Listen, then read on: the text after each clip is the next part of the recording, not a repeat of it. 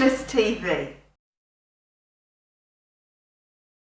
I've been participating in this kind of online refashion jeans thing called #Genius. And what he had to do was, using a pair of jeans or two pair of jeans, you had to turn them into a completely different piece of clothing. So what I did was this. So that's the front and that's the back. And I even lined it in a bit of good old vintage tourism scarf. The method that I used for the pattern for making this was a kind of experimental thing with draping on the stand. First of all, I draped the fabric on the stand to create the kind of basic bodice shape.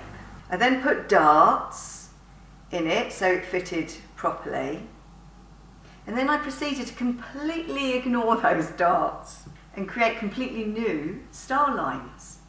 Now the rule is, so long as your new style lines touch the end, the tip, the bust point, or the end of the waist dart, you can do any shape that you want.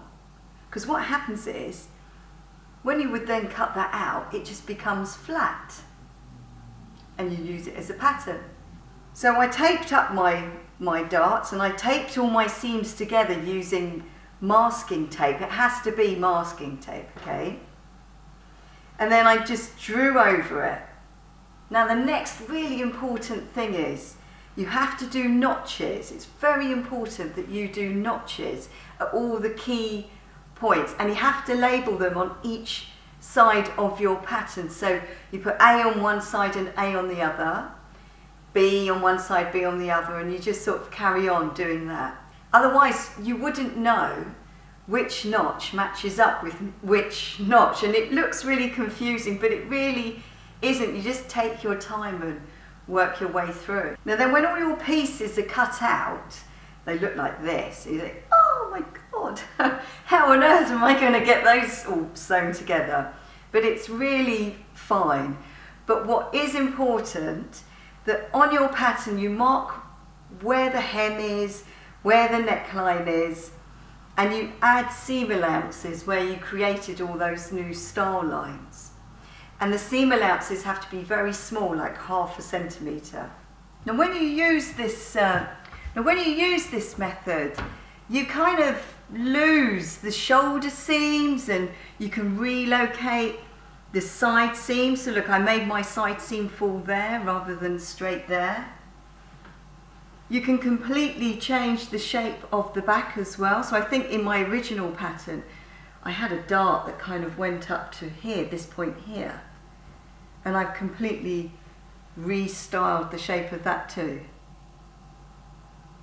The bustles at the side are so easy, and I have used those before in my create a kind of bustle top video tutorial. And it's just when you force a straight line onto a curve, you get this sort of excess. Now as you can see, oh, God knows why I decided to do this.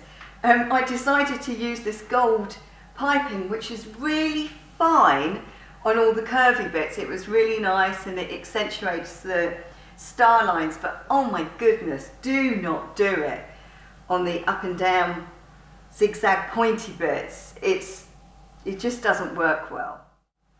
Now remember I mentioned that I used the gold Lurex jumper. The only reason I wanted to do that was to create the ribbing for my neckline and the ribbing that accentuates the curves on the hips for the bustles. Did I mention about the vintage scarf lining? It's very nice, look at that. And I've even got a special message on this side about Venus being the goddess of love. And have another look at that lining. Now I want you to see what a perfect fit it is. Look at that.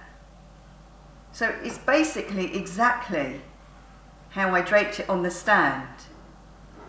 So this is what it looks like on a human being, even though my dummy is a bit smaller than me, which I must do something about.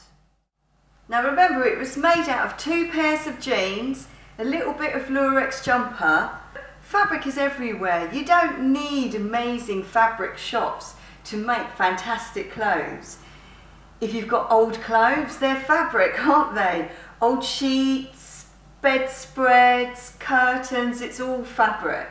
Now if you search on the internet for hashtag genius, as in jeans, Jeanius, genius, you can see loads of really brilliant refashion jean projects. Now before I go, you could really help me out with something.